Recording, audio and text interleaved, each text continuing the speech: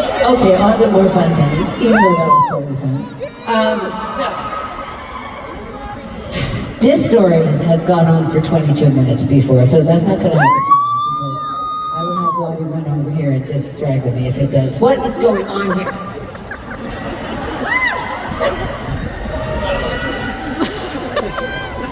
So, this song was written probably in around 1977, maybe 1978. Going into rumors, maybe. Never sure, can't remember. But what I remember is the reason I wrote it. I wrote it because there was a point when Lindsay and I moved to Los Angeles when my parents withdrew all financial support because I quit San Jose State 6 months before I graduated. I know, and it was really a bummer, but I had to go. It was like I said to my mother, Mom, we have to go now. The music may be here in San Francisco, but the record deals are in Los Angeles, and Lindsay and I have got to go now.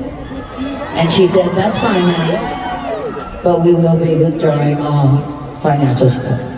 And they weren't kidding. My mom and dad were not kidding. They withdrew every single penny of support. And I said, it's okay, I'll get a job. I never had a job in my life. So I'll get a job. So I stuffed Lindsay in the Skylark, his old Skylark, and I get in the Toyota that has no reverse. And off we go to Los Angeles with our dog, Ginny. We get there. Ginny the drug addict. That's another story. So anyway, off we go, and we live with our producer because we had no money. So we move in with our producer, and in order to, give back the producer something for taking half of his 2-bedroom house away from him, I said, I will be the cleaning lady. And I was a damn good cleaning lady too. So that's what happened. I was the cleaning lady, I was also the cook. Didn't really know how to cook, but I learned fast. So anyway, there we lived. Keith Olsen, our producer, me, and Lindsay. And we made Buckingham Nicks. And while he was there, he was part of the making of Buckingham Nicks. So we were quite a little group. So anyway, it was fun, but we were very poor. So I did have a bunch of jobs because what was Lindsay gonna do? He was a telemarketer for one day. That was that. I gave up. I said, just make music. Just stay there and make music, and I will go and be a waitress and a cleaning lady, and I'm fine with that.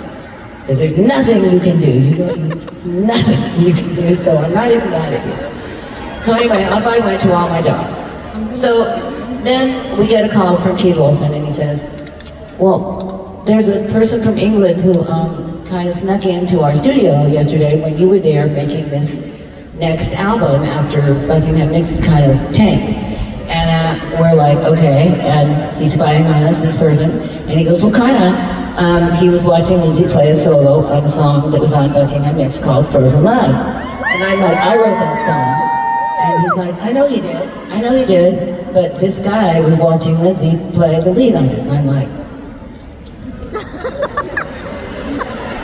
the point is, the next day, we get a phone call from Mick Fleetwood. Point. He's like, hello, darling. I'm like, hello. And he says, this is Mick Fleetwood from Fleetwood Mac. And I was wondering if you and Lindsay would like to come and have dinner with us tomorrow night at some fabulous Mexican food dinner place. And I said, absolutely, what time? And he said, like 8 o'clock. And I'm like, be on time. So there we were, we drove up, parked our car that had no reverse, we always had to go forward, parked the car, we're leaning up against the wall, me and Lindsay, and up drive these 2 Cadillacs. First one, door opens, really handsome Englishman with blonde hair. He ended up to be like the tour manager forever, he was like God. So he got out and he walked by, hello darling, that's what they always say, the English. And I said, hello darling. And so he goes in, and then next person that gets out of the next car is John McVie in cutoffs, t-shirt, pennies, looking fabulous. He walks by, and what does he say? Hello, darling. He goes in. Next person that gets out is Christine, and Christine is magical.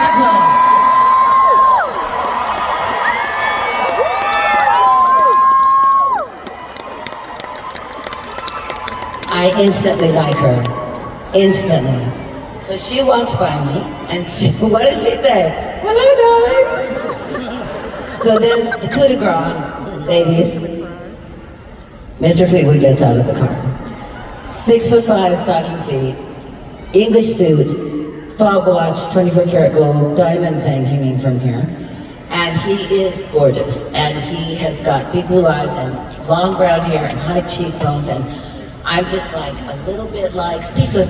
And I look over at Lindsay and I go, this is good. And I saw our life changing in that moment. And it did. We had a fabulous dinner. By the end of the dinner, well, by 5 minutes into the dinner, Christine and I were like this. Best friends. Best friends. We didn't even care if the rest of the band could have just left and we'd have been fine. So anyway, moving on, we go into rehearsal, we make a record, we go on a short tour, like 3 months, then we go back to start another record called Rumors, and it's like, you know, that's going well. But there are times, this is like 3 years in, there are times when I'm going like, I'm remembering these old times, and the cleaning lady times, and the waitress times, and the making music sitting on the floor, and the fact that we didn't have a couch, and all these great things, and I'm looking at, and I'm going, those were the days of wine and roses, seriously. And it would make me sad. So I wrote this song about going from very poor and having a pretty darn good time, anyway, to being pretty darn rich and having a lot more problems. As somebody says in some other world, no problems, no money. No money, no problems. And so that's how it was. So anyway, I wrote this song. And I'm going to dedicate it to all of you because I'm sure there's lots of you out there who've had somewhat similar experiences. So to the travelers of the world, to the people who go all over the world to see the world and come back because they're actually happier here, I present to you Gypsy.